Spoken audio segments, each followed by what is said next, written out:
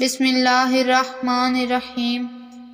شام کے حالات، امام مہدی کا ظہور، نبی کریم صلی اللہ علیہ وآلہ وسلم کی پیشن گوئیاں۔ اللہ کے رسول صلی اللہ علیہ وآلہ وسلم نے قیامت کی نشانیاں بتلاتے ہوئے فرمایا کہ اونٹوں اور بکریوں کے چراوے جو برہنہ بدن اور ننگے پاؤں ہوں گے، وہ ایک دوسرے سے مقابلہ کرتے ہوئے لمبی لمبی عمارتیں بنوائیں گے اور فخر کریں گے۔ ریاض شہر میں عمارتوں کا یہ مقابلہ آج اپنے عروج پر پہنچ گیا۔ دبئی میں برج خلیفہ کی عمارت دنیا کی سب سے اونچی عمارت بن گئی، تو ساتھ ہی شہزادہ ولید بن طلال نے جدہ میں اس سے بھی بڑی عمارت بنانے کا اعلان کر دیا ہے، جو دھڑا دھڑ بنتی چلی جا رہی ہے۔ عرب کی عمارتیں سارے جہان سے اونچی ہو چکی ہیں۔ عرض کرنے کا مقصد یہ ہے کہ حضور پاک صلی اللہ علیہ وآلہ وسلم نے جو فرمایا وہ پورا ہو چکا ہے، اور پیشن گوئی پوری ہو کر اپنے نقطہ کمال کو تقریباً پہنچ چکی ہے۔ عرب کا سب سے زیادہ تیل خریداری کرنے والے امریکہ نے عراق کے کنویں پر قبضہ جما رکھا ہے اور لاکھوں بیرل مفت وصول کر رہا ہے۔ تو پھر تیل کی گرتی مانگ نے تیل کی قیمتوں کو نچلی سطح پر پہنچا دیا، جس سے عرب ممالک کا سنہرا دور خاتمے کے قریب ہے۔ سوال پیدا ہوتا ہے، اس زوال کے بعد کیا ہے؟ اللہ کے رسول صلی اللہ علیہ وآلہ وسلم کی ایک اور حدیث ہے کہ قیامت سے پہلے سرزمین عرب دوبارہ سرسبز ہو جائے گی۔ سعودی عرب اور امارات میں بارشیں شروع ہو چکی ہیں، مکہ اور جدہ میں سیلاب آ چکے ہیں۔ عرب سرزمین جیسے پہلے جدید ٹیکنالوجی کو کام میں لا کر سرسبز بنانے کی کوشش کی گئی ہے، وہ قدرتی موسم کی وجہ سے بھی سرسبز بنتی جا رہی ہے۔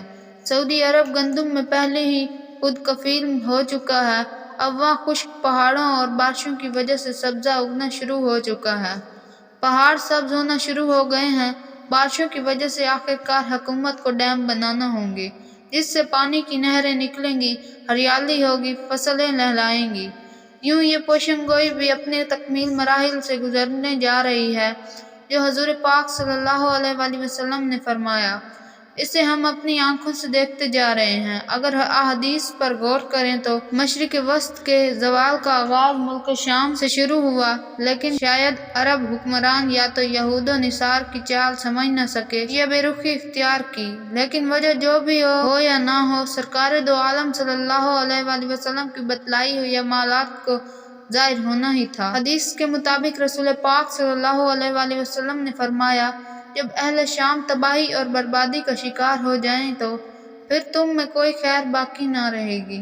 عزیز دوستو، یہاں پر میں عرض کرتے چلوں کہ کسی دور میں عراق، لبنان، یمن، فلسطین، شام اور ان تمام ممالک کو شام کہا جاتا تھا۔ محترم عزیز دوستو، یاد رکھیے، احادیث مبارکہ کی روح سے شام اور اہل شام سے امت مسلمہ کا مستقبل وابستہ ہے۔ اگر ملک شام ایسے ہی برباد ہوتا رہا تو پوری امت مسلمہ کی بھی خیر نہیں۔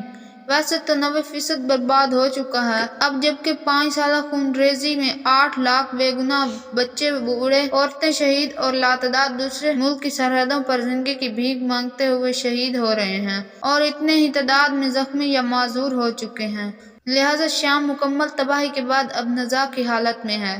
اس حدیث کے حساب سے عرب ممالک کے سنہرے دور کے خاتمے کی اہم وجہ ملک شام کے موجودہ حالات ہیں۔ گویا نبی کریم صلی اللہ علیہ وآلہ وسلم کی ایک اور پیشن گوئی کی علامت ظاہر ہو رہی ہے، یہ ہو چکی ہے۔ یاد رکھیے کہ ملک شام کے متعلق اسرائیل، روس اور امریکہ نے جو بھی جھوٹے بہانے بنائے ہیں، لیکن ان سب کا اصل ادب جزیرۃ العرب ہے، کیونکہ کفار کا عقیدہ ہے کہ دجال مسیحا ہے۔ اس وجہ سے یہ لوگ دجال کے انتظامات مکمل کر رہے ہیں، جس کے لیے عرب ممالک میں عدم استحکام پیدا کرنا ہے، کیونکہ ملک شام پر یہود و نصار قبضہ کرنا چاہتے ہیں، اور یہ ہو کر رہے گا۔ حضرت مہدی علیہ السلام کے ظہور سے قبل چنانچہ کتاب فتن میں ہے کہ آخری زمانے میں جب مسلمان ہر طرف سے مغلوب ہو جائیں گے، مسلسل جنگیں ہوں گی، شام میں بھی عیسائیوں کی حکومت قائم ہو جائے گی۔ علماء کرام سے سنا ہے کہ سعودیہ، مصر، ترکی بھی باقی نہ رہے گا، ہر جگہ کفار کے مظالم بڑھ جائیں گے، امت آپس میں خانہ جنگی کا شکار رہے گی۔